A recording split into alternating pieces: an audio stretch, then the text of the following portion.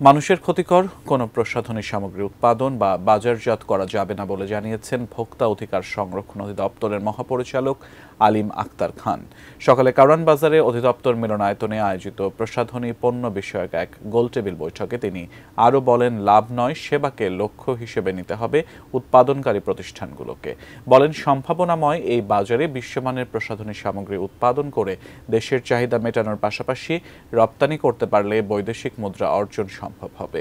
অন্য বক্তারা বলেন, বাজারে বেশিরভাগ প্রসাধনী নকল, তার উপর দেশের বাইরে থেকে আনা হয় চোরাই পথে।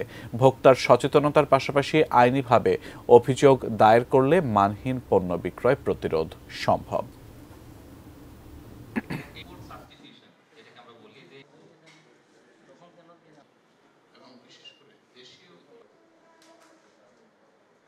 আমরা যাতে এমন কোনো পণ্যের উৎপাদনের দিকে নিজেকে যুক্ত না রাখি যেটা আমাদের দেশবাসী ক্ষতিগ্রস্ত হবে অথবা প্রতারিত হবে। কেবলমাত্র প্রফিট মঙ্গার বা প্রফিট ওরিয়েন্টেড না দেখে সার্ভিস ওরিয়েন্টেড দেখলে আমার মনে হয় we can make more congenial products.